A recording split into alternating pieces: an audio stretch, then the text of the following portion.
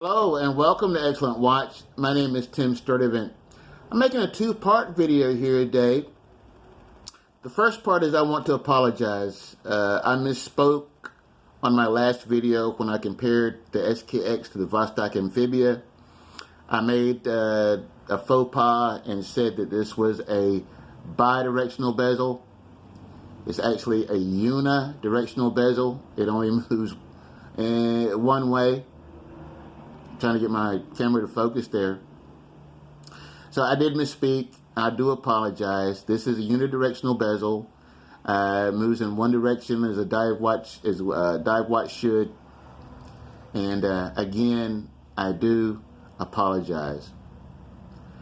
The second part of this video, but before we get into that, let's do a customary wrist check. I'm wearing my Seiko Alpinist SARB 017. Having a lot of fun with that watch. I want to get into three things that people say hate. I think hate is a strong word, especially when it comes to this watch.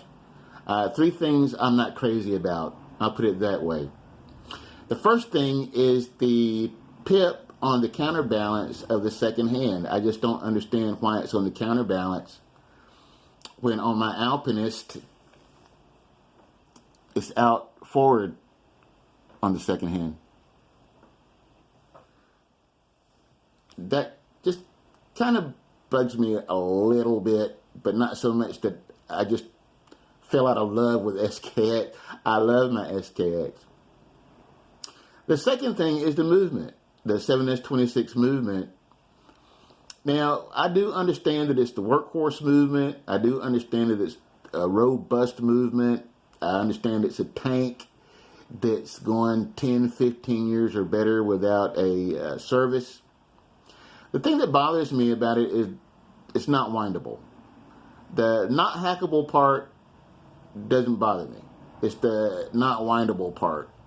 Because if I don't wear this watch, if I'm wearing one of my other watches, this is in the case, it'll just stop after a certain time. Or I have to go to the case and give it the Seiko shuffle and make sure it's running. Or if it stops running, you give it the Seiko shuffle. You reset the date and the time, and it just keeps running very nicely. But that is a little bit of a dislike for me, is the movement. The third thing that bothered me when I got the watch was the straps. Now, these are the straps that came on my SKX, and they are just hard and plasticky and very uncomfortable. I'm not mad at Seiko for saving money on straps. They give you such a great watch for the money. Watches that punch well above their weight. Who can be mad at them? I just wish they'd do a little bit better. Now, let's compare something. Now, these are the straps that came on my Vostok Amphibia. Now, these straps are very comfortable. And I paid $66 for the Amphibia. And it came with these really cool, comfortable straps. They're very silicone feeling. They're very soft and supple. I will put these back on the watch and wear them at some point.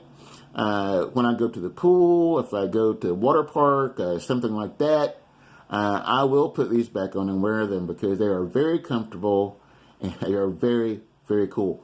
So, the thing I'm wondering, though, is that I paid $66 for the Amphibia, and it came with these nice straps. And I paid $340 for my SKX. I got it after it had been discontinued.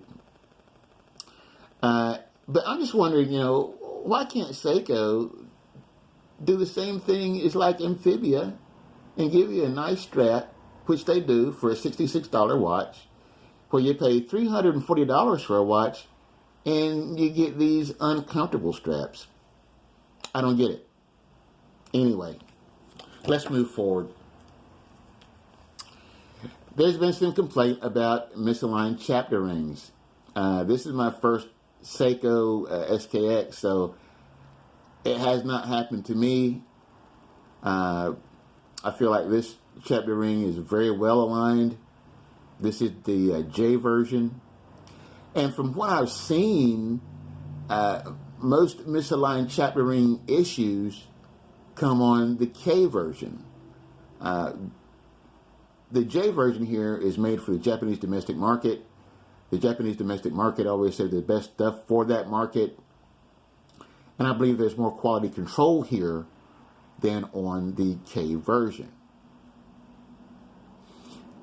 Another thing has people complaining about is Hardlex crystal. Now, Hardlex crystal does not bother me because I understand on the Mon scale of hardness, diamond is a 10, sapphire is a 9, and Hardlex is an 8. Will it scratch? I'm sure it will. Will it scratch as easily as some let on? No, it won't. I've had this watch since July. It's now October. This watch gets a heck of a lot of wrist time, and I've just never had problems with the Hardlex. Now, another thing is that I understand if you change the crystal, you lose your ISO rating. I don't want to lose my ISO rating unless I scratch this crystal to where it cannot be polished out. Only then will I change it to sapphire. The only other modification I plan on making to this watch is I plan on putting in a lume ceramic bezel insert. And that's the only modification that I plan on making. Now, these watches are very moddable. I know people that's changed the dial and the hands and so forth, which is cool. You can do with your watch as you wish. I don't want to do that because I understand that the aftermarket dials and hands, the lumen isn't as good. And I don't want to lose my lume. So I'm not going to change that. So on the three only, as Jody at Just One More Watch says, that my only three neggles of this watch is the pip on the second hand, the fact that it's not windable. And see, it's my fault, too, because I have procrastinated buying a winder, a watch winder. And what I really need to do and want to do is buy a wolf winder, because a wolf winder counts the number of revolutions that it takes to watch, and it won't stretch out your mainspring. Where other winders, they'll just keep winding without counting the revolutions, and they can potentially, over time, stretch out your mainspring, and that will not be good. So yeah, you know, so partly it's my fault because I haven't purchased a winder. But it is a little annoying not to be able to wind it. The hackable part doesn't bother me. The windable part does. But, you know, Seiko gives you so much watch for the money. I mean, who can be mad and who can not like this watch? I've heard people online say, well, I'll never order a Seiko. Well, you know, friend, you are really missing out on a great watch. So, you know, that's it. That's the only three things I don't like about it. And I think don't like is a strong term as well. I'll just say that's three things I'm not crazy about on these watches. But I do love my SKX.